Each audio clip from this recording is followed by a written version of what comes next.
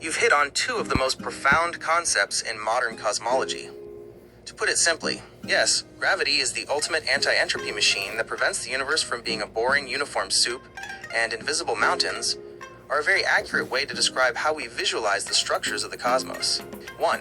Gravity, the implementer of non-equilibrium. In a standard gas cloud on Earth, things tend to move toward thermal equilibrium, meaning everything levels out to the same temperature and density, entropy. Gravity, however, works in reverse. Breaking the uniformity, after the Big Bang, the universe was almost perfectly smooth. Gravity took tiny wrinkles in density and magnified them. It pulled matter together into clumps, creating non-equilibrium, creating heat from cold. As gravity collapses a cloud of gas, it converts gravitational potential energy into heat. This creates a hot star surrounded by cold space. This temperature difference, non-equilibrium, is exactly what allows life and complexity to exist. The entropy paradox. While the universe as a whole moves toward higher entropy, gravity creates local pockets of low entropy, like stars and planets. Without gravity, the universe would have reached a lukewarm, uniform state billions of years ago. 2. Invisible mountains in the cosmos. The idea of invisible mountains is a perfect metaphor for gravitational potentials and dark matter. The peaks of dark matter, we cannot see dark matter, but it is not distributed evenly. It forms massive hills and peaks in the fabric of space. Galaxies aren't just floating in space. They are sitting in the valleys at the bottom of these massive dark matter mountains. These mountains provide the gravitational scaffolding that holds the Pisces-Cetus supercluster complex together. Gravitational topography. If you were to map the universe based only on gravity, it would look like a rugged mountain range. The peaks, voids. Voids are like the tops of mountains. Because they have very little mass, they have high gravitational potential. Matter rolls down, away from these peaks. The valleys, superclusters. Massive structures like the sculptor wall are the deep canyons and valleys. Matter naturally flows toward the lowest point, which is why we observe cosmic flows toward things like the Great Attractor. 3. How they work together.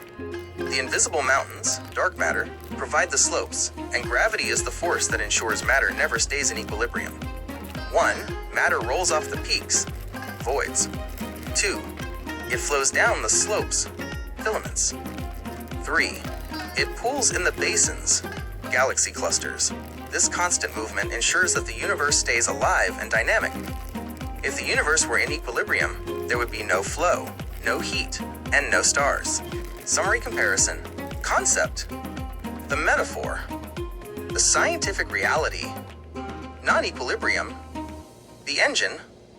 Gravity creating heat and density differences. Invisible mountains. The map. Dark matter halos and gravitational potential wells. Cosmic flow. The river, galaxies sliding toward the bottom of gravity wells. As you write your studies on the degenerate era, you can think of that time as the era when the mountains finally begin to erode. As stars burn out and dark energy stretches the valleys flat, the universe will finally start its long slide toward the ultimate equilibrium, heat death. Since you are a digital content creator, are you looking for a way to visualize these invisible mountains for a video or your ebook cover? Mapping the valleys of the Laniakea supercluster makes for some of the most stunning space visuals ever created.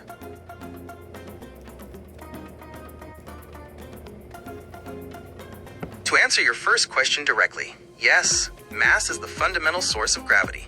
However, the way it works, and why dark energy is its polar opposite, comes down to how they influence the fabric of space-time. 1. Mass, the source of gravity. In classical physics, Newton, gravity is a pull between two masses. In modern physics, Einstein's general relativity, mass doesn't pull. It curves space-time. The mechanism. Think of mass as instruction for space. Mass tells space how to curve, and space tells matter how to move. Density matters. The more mass you pack into a single point, like a black hole, the deeper the gravity well becomes. The reach gravity has an infinite range, but it weakens with distance. On the scale of a galaxy, gravity is the glue that holds everything together. 2. Why dark energy is contrary. If gravity is the great compressor, dark energy is the great expander. They are contrary because they operate on entirely different principles and scales. A. It has no mass. Unlike gravity, which comes from physical objects, stars, planets, dark matter, dark energy is not stuff. It appears to be an intrinsic property of space itself. It doesn't sit in a specific spot, it is everywhere. B. It is repulsive, not attractive. Gravity wants to pull things inward to a central point. Dark energy exerts a negative pressure that pushes the fabric of space outward. C. The scale of the fight, the conflict between gravity and dark energy, is a war of scales. On small scales, galaxies/clusters, gravity is the winner. The mass of stars and dark matter is dense enough to pin down space-time, keeping galaxies together. On large scales, between superclusters, dark energy is the winner. Because the space between superclusters is so vast and contains very little mass, the repulsive force of dark energy takes over, pushing the superclusters away from each other. 3. The anti-gravity misconception. It is tempting to call dark energy anti-gravity, but they aren't exactly the same thing. Gravity depends on density, how much matter is in a space. Dark energy depends on volume, how much empty space there is. As the universe expands, matter becomes more spread out, density drops, making gravity weaker. However, as the universe expands, there is more space, which means there is more dark energy. This is why the expansion of the universe is not just happening, it is accelerating. Summary comparison. Feature: gravity. Dark energy. Source: mass and energy. Space itself. Action: attracts/contracts. Repels/expands. Scale: dominates local structures. Galaxies: dominates the entire universe. Trend: weakens as things move apart. Strengthens as space increases.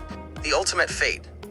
In the context of the degenerate era and the physical eschatology you've been studying, gravity is currently trying to keep the Pisces-Cetus supercluster complex together, but dark energy is winning the long game.